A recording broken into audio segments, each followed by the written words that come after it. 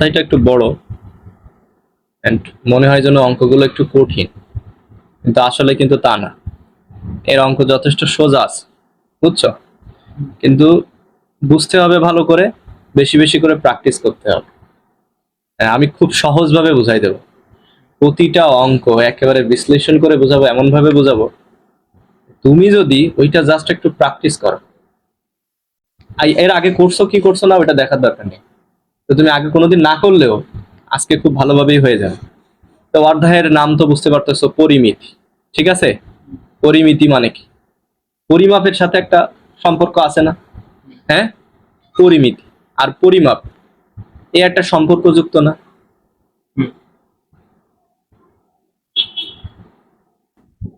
পরিমাপ কথাটার সাথে একটা সম্পর্ক আছে কিন্তু, তাই না? তার মানে হচ্ছে এইখানে পরিমাপ সংক্রান্ত সব অঙ্ক পরিমাপ করতে হবে। হ্যাঁ, কারণ তুমি দশম অধ্যায়ের পরিমাপ করে আসছো, বিভিন্ন দৈর্ঘ্য নির্ণয় করছো, দূরত্ব নির্ণয় করছো, এইখানেও তাই করতে হবে। তবে এইখানে তোমার কিসের পরিমাপ করতে হবে? যে দৈর্ঘ্য, যে দূরত্ব বা যে পরিমাপই তোমার নির্ণয় করতে বলো, তো এইখানে যে পরিমাপগুলো করা লাগবে, যে দূরত্ব নির্ণয় করা লাগবে, সেটা হচ্ছে সবই হচ্ছে ত্রিভুজ, ত্রিভুজ সংক্রান্ত। ত্রিভুজ দিয়েই করা লাগবে, এখানে সব ত্রিভুজ। এখন আমরা এই অধ্যায়টা শুরু করার আগে কয়েকটা জিনিস হলো জেনে নিব। দেখো, তবে এখানে একটু কয়েকটা জিনিস আমি বলে দিই, যে জিনিসগুলো তোমার এমসিকিউতে আসতে পারে। সেটা হচ্ছে যেমন এই পরিমাপ এর সূত্রটা, ঠিক আছে? পরিমাপ মানে কি? পরিমাপকৃত রাশি বা একক রাশি। এটা আমাদের লাগবে না, আর তুমি এটা মনে রাখতে পারো, ঠিক আছে? আমি কিছু জিনিস একটু বুঝাবো, এইখানে বুঝায়। যেহেতু এখানে ত্রিভুজ সংক্রান্ত রাশি আমরা আলোচনা করব, বা ত্রিভুজ সংক্রান্ত রাশি দিয়েই আমরা এই অঙ্কগুলো সমাধান করব, তো ত্রিভুজ বিষয়ে একটু জ্ঞান নেওয়া দরকার, তাই না? ত্রিভুজ বিষয়ে একটু জ্ঞান নেওয়া দরকার। যেমন প্রথমত আমরা যে ত্রিভুজ নিয়ে যে এটা জানবো, সেটা হচ্ছে ত্রিভুজ কয় প্রকার, ত্রিভুজ কাকে বলে, এগুলো জানার দরকার। এগুলো যদি তুমি জানো এবং বেসিক জেনে যাও, অঙ্ক করতে খুবই সুবিধা হবে এবং তুমি খুবই কমফোর্ট ফিল করবা। আর অঙ্ক করার ভিতরে যে মজাটা, সেটা তুমি এই বেসিক যদি শিখে তারপরে অঙ্ক করো, তাহলে সেই মজাটা পাবা।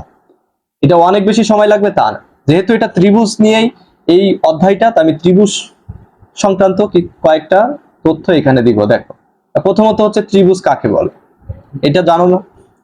হ্যাঁ, তিন বাহুর। হ্যাঁ, ত্রিভুজ কাকে বলে? ত্রিভুজ, ত্রিভুজ হচ্ছে তিনটি রেখা দ্বারা আবদ্ধ ক্ষেত্রকে ত্রিভুজ বলে। যেমন ত্রিভুজ যাই হোক, যেমনই হোক, তিনটা রেখা লাগবে। এটাও কি একটা ত্রিভুজ? এটা কি একটা ত্রিভুজ হবে? তাই না? এটা কি একটা ত্রিভুজ? ঠিক কিনা? এইটা দেখো একটা ত্রিভুজ।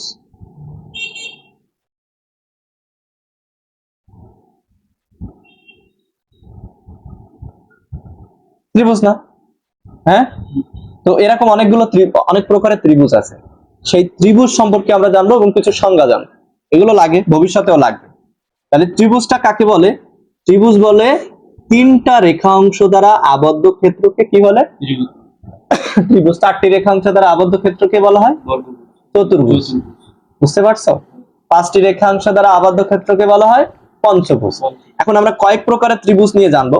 প্রথমে দেখো, আমরা সব থেকে বেশি যে ত্রিভুজটার সাথে পরিচিত, সেটা হচ্ছে সমকোণী ত্রিভুজ। কি এক নম্বরে যদি বলি, সেটা হচ্ছে কি? সমকোণী ত্রিভুজ। সমকোণী ত্রিভুজ। দুই নম্বরে আমি যদি আরো ত্রিভুজের মেইনলি যে তিনটা প্রকারভেদ, সেটা হচ্ছে ত্রিভুজ সমবাহু ত্রিভুজ,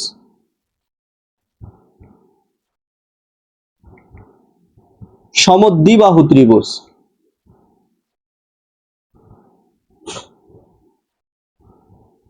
বিষমবাহু ত্রিভুজ।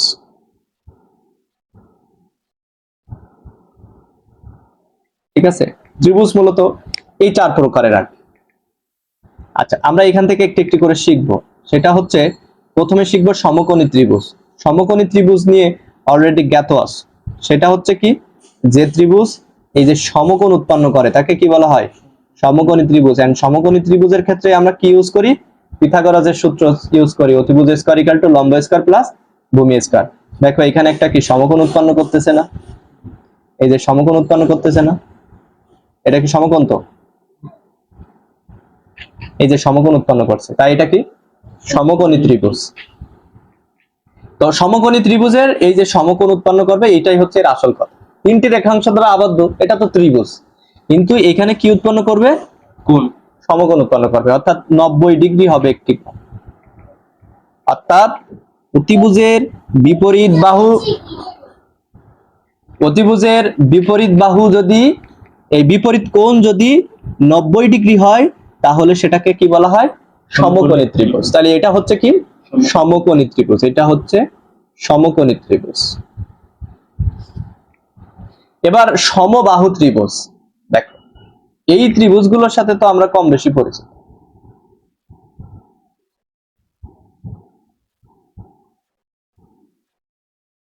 কেমন হলো জানি না।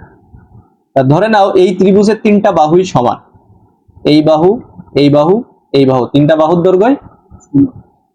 তাহলে যখন ত্রিভুজের তিনটা বাহু দেখা যাচ্ছে A B, BC R C এ, যখন এই তিনটা বাহুই সমান, ত্রিভুজের তিনটা বাহুই যখন সমান, তখন তাকে বলা হয় কি সমবাহু ত্রিভুজ। এটা তো কোণ উৎপন্ন করে না, এটা হচ্ছে সমবাহু। এখানে তো কোণ আছে সব, কিন্তু ওই যে সমকোণ উৎপন্ন করবে না। কিন্তু এই দেখো এখানে তো কোণ আছে, একটা কোণ, তিনটা কোণ, হ্যাঁ একটা কোণ, একটা কোণ, একটা কোণ, কোণ তো এখানে আছে, সব জায়গায় কোণ থাকবে। শুধু সমকোণীর ক্ষেত্রে কি হবে? সমকোণীর ক্ষেত্রে একটা 90 ডিগ্রি কোণ থাকবে, আর অন্য কোন ত্রিভুজে 90 ডিগ্রি কোণ থাকবে না, হয় বেশি অথবা কম থাকবে।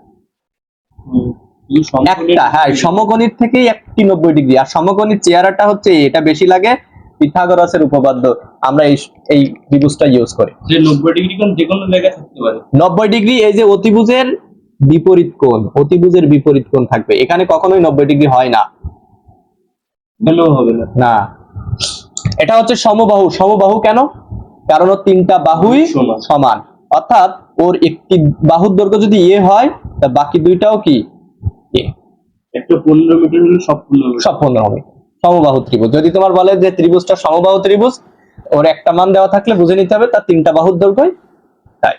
আরো গুরুত্বপূর্ণ অঙ্কন সমান সমান গুরুত্বপূর্ণ কোশ্চেন একটু পরে বলতেছি। এবার আসলে সমদ্বিবাহু ত্রিভুজটা কি? দেখো এর নাম দেখেই বুঝতে পারতেছো, সমদ্বিবাহু ত্রিভুজ মানে ত্রিভুজের দুইটা বাহু সমান হবে আর একটা বাহু অসমান হবে। যেমন আমি একটু বলতেছি, এই যে এইখানে দেখো বলি, এই ত্রিভুজটা আমি আঁকাইছি,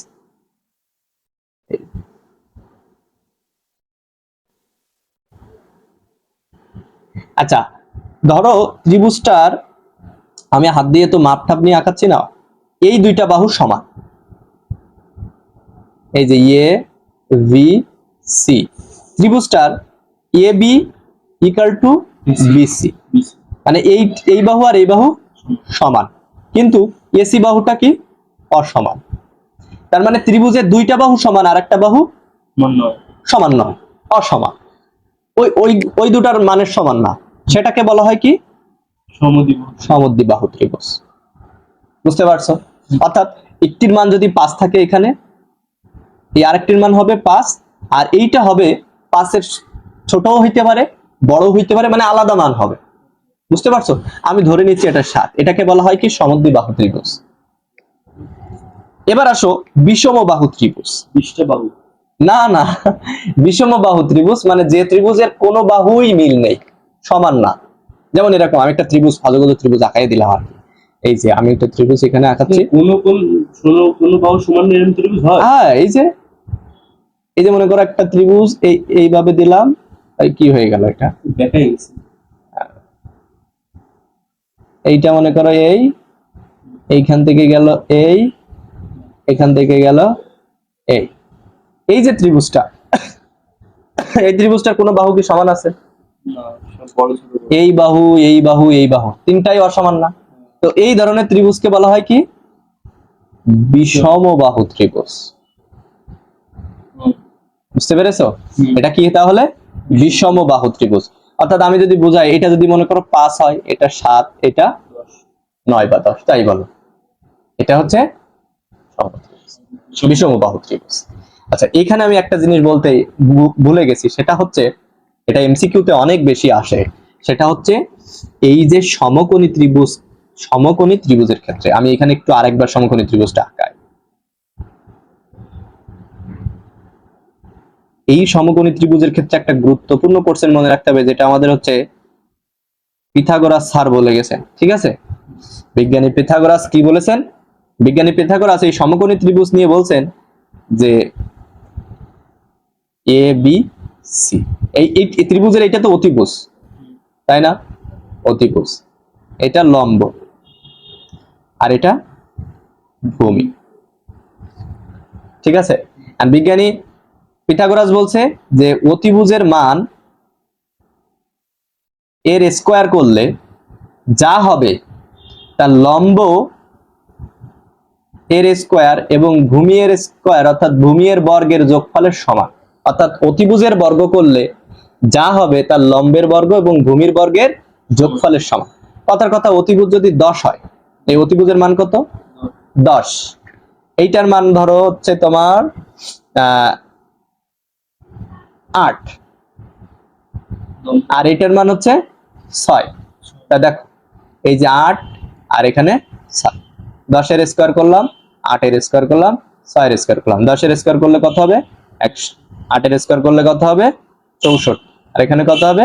36। অর্থাৎ 100 ইকুয়াল টু কত হবে? 64 প্লাস 36, 100। এটা পিথাগোরাস বলে গেছে। এখন তোমার এইখানে ঘোরায় একটা এমসিকিউ দিতে পারে যে এইখানে একটা মান বলে দিছে, এইখানে একটা মান বলে দিছে, এইটার মান বলে দিছে 7, যে বলছে এই একটার মান 10, আর একটার মান 8, আর একটার মান 7। এখন এটা দিয়ে সমকোণী ত্রিভুজ বানানো সম্ভব কিনা? সম্ভব না। সম্ভব।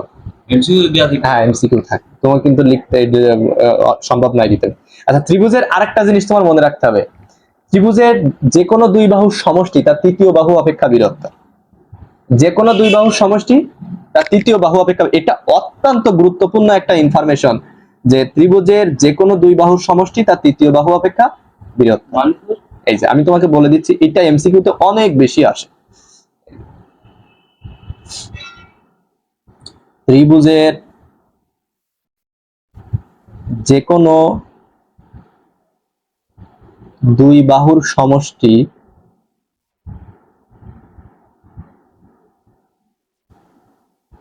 তৃতীয় বাহু অপেক্ষা বৃহত্তর।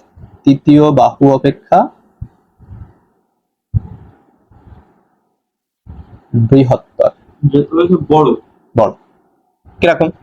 দেখো, এইখানে দেখো, ত্রিভুজের যে কোনো দুই বাহুর সমষ্টি, এই ত্রিভুজটার দিকে খেয়াল করো, এই ত্রিভুজটার দিকে আমি যদি এর দুইটা বাহু যোগ করি, অর্থাৎ এখান থেকে যদি আমি 8 আর 7 যোগ করি, তাহলে কত হয়? 15। তা তৃতীয় যেটা অর্থাৎ 10, এই 10-এর থেকে এই 15টা বড় কিনা? তার মানে ত্রিভুজের যে কোনো দুই বাহুর সমষ্টি তার তৃতীয় বাহু অপেক্ষা কি হইতে হবে? বড় হইতে হবে। তাহলে ত্রিভুজটা সম্ভব, নাইলে কি সম্ভব না, তাহলে সেটা ত্রিভুজ না। যদি এরকম তুমি বলো, যদি এরকম বলো, হ্যাঁ এখান থেকে হবে যে কোনো, এই দেখো 10 এর 7 যোগ করলে 17, আতিক বড় হবে। কিন্তু এখানে যদি তুমি ভাবো এরকম যে স্যার এখানে যদি এরকম হয়, এটা যে কোনো ত্রিভুজের ক্ষেত্রে, এখানে যদি এরকম, এই যে এইটার মান দিছি 10, এটার মান 5, এটার মান 5, ত্রিভুজটা সম্ভব না। কেন সম্ভব না? কারণ এই দুটোর যোগ করলে তো 10-এর বড় হবে না, হবে? যদি তুমি আবার এরকম দাও, এখানে যদি তুমি 4 দাও, তাহলে কত হয়ে যাবে? 9, আবার ছোট হয়ে যাচ্ছে, ছোট হলেও হবে না। যদি তুমি এখানে এরকম দাও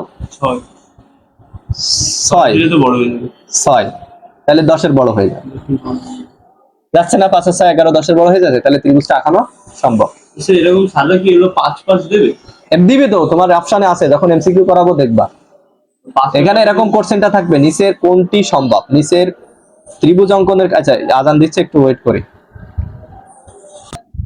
এখানে বলছে যে নিচের কোন ত্রিভুজটি আঁকানো সম্ভব, নিচের কোন ত্রিভুজটি আঁকানো সম্ভব?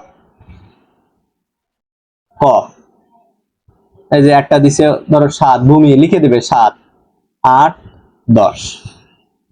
আরেকটা দিছে হচ্ছে 5, 5, 10। আরেকটা দিছে হচ্ছে 3, 4, 3।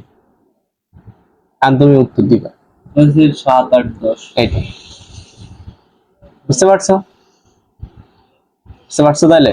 আচ্ছা, আমরা ত্রিভুজের প্রকারভেদ এবং খুঁটিনাটি অনেক কিছু জানলাম, ঠিক আছে? আমাদের আরো অনেক কিছু জানতে হবে, সেটা আমরা এখান থেকেই জানবো এবং সেটা এখান থেকেই বলে দিব একবারে, সময় নষ্ট করব না, ঠিক আছে? প্রথম কথা হচ্ছে সমকোণী ত্রিভুজ, ত্রিভুজের একটা প্রকারভেদ শুনলাম, সমকোণী একটা ত্রিভুজ। এই যে ত্রিভুজের দেখতে কেমন সেটাও বলে দিলাম। এই কোন ছিল তাহলে এইটাকে বলা হয় ভূমি, এটাকে বলা হয় কি উচ্চতা বা লম্ব। হ্যাঁ, তাহলে এই সমকোণী ত্রিভুজের ক্ষেত্রফল যদি তুমি নির্ণয় করো, তাহলে সেই ক্ষেত্রফল হবে হাফ ইন্টু ভূমি গুণ সূত্র এটা। হ্যাঁ, এই যে হাফ ইন্টু ভূমি গুণ উচ্চতা। এইটা মুখস্থ করে ফেলতে হবে। সমকোণী ত্রিভুজের ক্ষেত্রফল জাস্ট এইটুকু মুখস্থ করলেই হয়ে যাবে, আর কিছুই লাগবে না। জাস্ট এইটুকু করে মুখস্থ করলেই হয়ে যাবে, আর কিছুই লাগবে না। যে সমকোণী ত্রিভুজের ক্ষেত্রফল হাফ ইন্টু ভূমি গুণ সবার ক্ষেত্রফল আলাদা। সবার ক্ষেত্রফল আলাদা। হ্যাঁ। এখন পরেরটা বলছে কি, যখন ত্রিভুজের দুই বাহু এদের অন্তর্ভুক্ত কোণ দেওয়া থাকবে। দুই বাহু এদের অন্তর্ভুক্ত কোণ দেওয়া আছে, মানে তোমার একটা ত্রিভুজ আছে, যে ত্রিভুজের দুইটা বাহু সমান না, দুইটা বাহুর মান বলে দিছে। আচ্ছা। আর এদের অন্তর্ভুক্ত একটি কোণের মান বলে দিছে, কোণ। ঠিক আছে, তুমি জাস্ট এইটুকু মনে রাখবা যে ত্রিভুজের দুই বাহু এদের অন্তর্ভুক্ত কোণ দেওয়া আছে। তখন ক্ষেত্রফল নির্ণয় সূত্র কি? তখন ক্ষেত্রফল নির্ণয় সূত্র এই যে হাফ ইন্টু এই যে দুই বাহু গুণ ওই কোণ।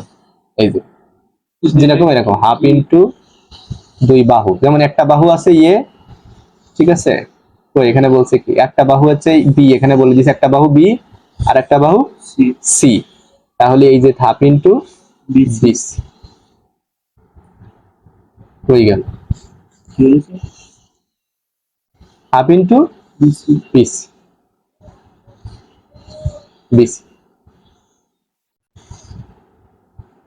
বুঝছো? আর ওই কোণটা দেওয়া আছে মনে করো ইয়ে, তাহলে সাইন দিয়ে ওই কোণের মান। বুঝলাম না স্যার। মনে করো তুমি এই চিত্রের দিকে তাকায় না, ঠিক আছে? একটি ত্রিভুজের দুইটা বাহু দেওয়া আছে, কি দেওয়া আছে? দুইটা বাহুর মাপ দেওয়া আছে, দুইটা বাহুর মাপ দেওয়া আছে। তা দেখা যাচ্ছে যে আমি একটা ত্রিভুজের বলছি যে একটি ত্রিভুজের দুটি বাহুর মাপ যথাক্রমে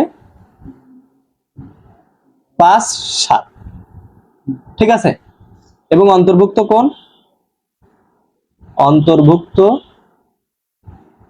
কোণ দেওয়া আছে হচ্ছে দেখা যাচ্ছে যে 30 ডিগ্রি, ঠিক আছে? তাহলে ওই ত্রিভুজটার ক্ষেত্রফল হবে হাফ ইন্টু ওই যে একটা বাহু 5, একটা বাহু 7, আর ওই যে কোণ দেওয়া আছে সাইন দিয়ে 30 ডিগ্রি।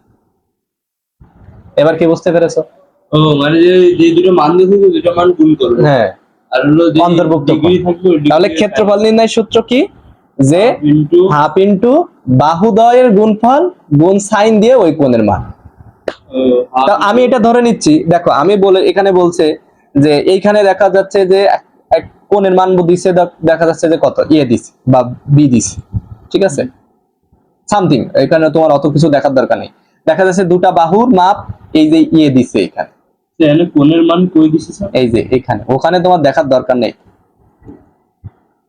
এই যে একটা বলছে ইয়ে আর একটা বলছে কি ভি, আর এইখানে তোমার এই কোণের মান বলে দিছে কি সি। কি বলে দিছে? সি। এই যে সি বলে দিছে। তাহলে ওর ক্ষেত্রফল half into A B sine C. Clear? Just এটা মনে রাখতে হবে যে ত্রিভুজ ক্ষেত্রে দুই বাহুর এদের অন্তর্ভুক্ত কোণ দেওয়া থাকলে সূত্র হচ্ছে কি এটা। মনে থাকবে। মান যদি না দেওয়া থাকে মানের জায়গায় এ বি দেওয়া থাকবে, ওইগুলো ধরে নেব। হ্যাঁ, মান বলে দেওয়া থাকবে। কি কিরকম বলে দেওয়া থাকবে? হয়তো তোমার এ বির মান দেওয়া আছে, এই সি এর মান অর্থাৎ থিটার মানটা বলে নেই, কোণের মানটা বলে দেয় নাই, ওইটা বের করতে হবে। অথবা থিটার মান দেওয়া আছে, বির মান দেওয়া আছে এবং এদের ক্ষেত্রফলও বলে দেওয়া আছে, এর মানটা বের করতে বলতে পারে। অথবা সবগুলোর মান দেওয়া আছে, ক্ষেত্রফলটা বের করতে বলতে পারে। ক্ষেত্রফল তো হাফ। হ্যাঁ, half into AB sine C, এখানে মান বসাই দিবে, এ বির মান, বির মান, সির মান। হ্যাঁ, এবার আসো, তাহলে এই দুটো কিন্তু মুখস্থ করতে হবে, খাতায় আলাদা করে লিখে নিবা। সমকোণী ত্রিভুজের ক্ষেত্রফল হাফ ইন্টু ভূমি গুণ উচ্চতা, ত্রিভুজের দুই বাহু এদের অন্তর্ভুক্ত কোণ দেওয়া থাকলে ক্ষেত্রফল নির্ণয়ের সূত্র half into AB sine C. ঠিক আছে ভাই, এবি সাইন সির জায়গায় থেটা দিতে পারো, থেটা দিলে সব থেকে বেশি ভালো হয়। কেন? কারণ কোণকে আমরা সাধারণত থেটা দিয়েই প্রকাশ করি, এবি সাইন থেটা দিব। ওকে, এবার যখন ত্রিভুজের তিন বাহু দেওয়া আছে, কয় বাহু দেওয়া আছে? তিনটা বাহু দেওয়া আছে। ধরো কথার কথা আমি বলছি যে একটা বাহুর মাপ হচ্ছে তোমার 3, 4 আর 5, তিনটা বাহু। তখন ক্ষেত্রফল নির্ণয়ের সূত্র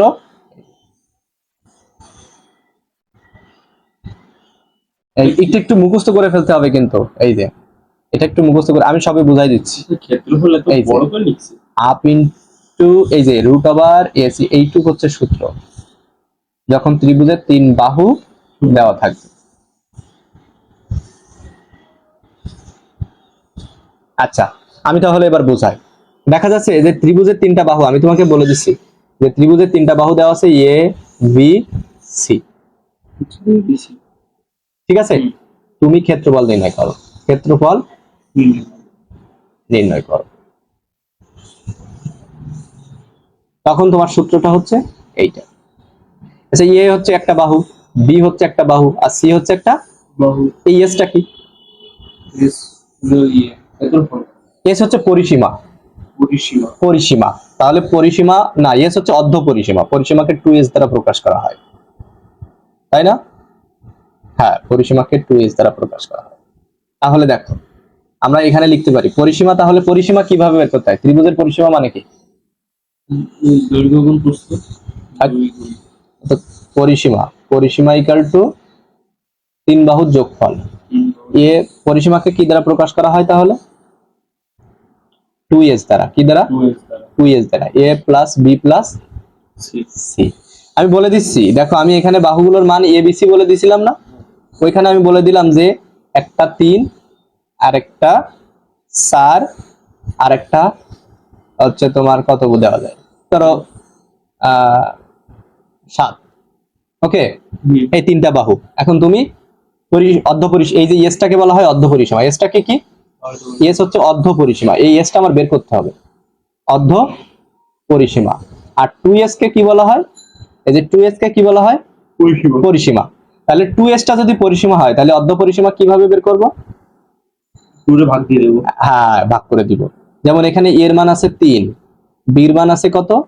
4, এটা আছে 7। তাই এটা কি 2s মানে পরিসীমা। তিন বাহুর যোগফলটা কি? পরিসীমা। ত্রিভুজের তিন বাহুর যোগফলটাই হচ্ছে ত্রিভুজের পরিসীমা। তাহলে 2s ইকুয়াল টু এখানে কত হচ্ছে যে 4 3 7 7 7 14, তাহলে s ইকুয়াল টু হবে 14/2 = 7। তাহলে অর্ধ পরিসীমা কত? 7। এটা বুঝতে পারছো? অঙ্ক করার ভিতরে আরো ভালোভাবে বুঝাও। তাহলে তোমার মনে রাখতে হবে এইটা, এটা মুখস্থ করে ফেলতে হবে। এরকম হচ্ছে root s s minus a s minus b। হ্যাঁ, root over s into s minus a s minus b s minus c, একেবারে ঠুটুস্থ। যখন তিনটা বাহু দেওয়া থাকে, এখানে হচ্ছে s মাইনাস a, মানে a সমান সমান যদি দেওয়া থাকে তাহলে s দিয়ে কি ওটা বিয়োগ করব? হ্যাঁ s দিয়ে বিয়োগ করবা, মানে 7 দিয়ে 3 দিয়ে বিয়োগ 3 দিয়ে বিয়োগ করতে হবে। এটা তুমি অঙ্ক করার সময় আরো ভালোভাবে বুঝবে, এটা ইজি জিনিস। আচ্ছা, এবার আসো সমবাহু ত্রিভুজ, মানে ত্রিভুজের তিনটা বাহুই সমান। তার মানে কি একটাই বাহু, একটা যদি ইয়ে হয় তা বাকিগুলো সব কি ইয়ে। তো তখন ক্ষেত্রফল নির্ণয়ের সূত্র হচ্ছে এইটা, √3/4 a স্কয়ার। তুমি মনে রাখবা যে সমবাহু ত্রিভুজের ক্ষেত্রফল নির্ণয়ের সূত্র √3/4 a স্কয়ার। আমি জাস্ট যেগুলো দাগাই দিচ্ছি জাস্ট এইগুলো মনে রাখতে হবে, আর বাকি কিছুই মনে রাখা লাগবে না। ওকে, একইভাবে সমদ্বিবাহু মানে দুইটা বাহু দেয়া থাকবে, তার মানে যদি দুইটা বাহু সমান, তার মানে এই দুইটা বাহুর মান কি? এ হবে, আর একটা হলো ভিন্ন হবে বি। তো যখন এরকম সমদ্বিবাহু ত্রিভুজ হবে, তখন তোমার ক্ষেত্রফল নির্ণয়ের সূত্র কি?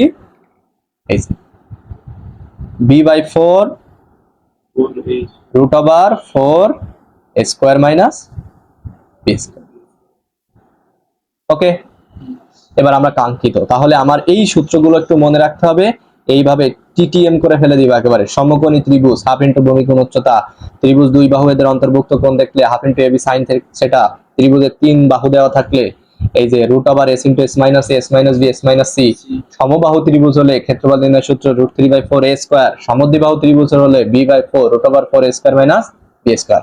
এই অঙ্ক করতে গেলে এই অধ্যায়ের অঙ্কগুলো প্রথমে এই সূত্রগুলো তোমার খাতার প্রথমে লিখে ফেলতে হবে এবং এইগুলো মুখস্থ করে ফেলতে হবে এবং বারবার মুখস্থ করতে হবে, ভুলে যাবে। হ্যাঁ, মাত্র 5-6টা সূত্র। ঠিক আছে, আচ্ছা তাহলে আমরা অঙ্ক এখান থেকে উদাহরণের অঙ্কগুলো করব, তার আগে অঙ্ক করে আসি, তাহলে ভালো লাগবে, তাই তো? আচ্ছা, যে অঙ্ক শুরু করছি, এই যে অঙ্ক আছে এখানে, এই অঙ্কগুলো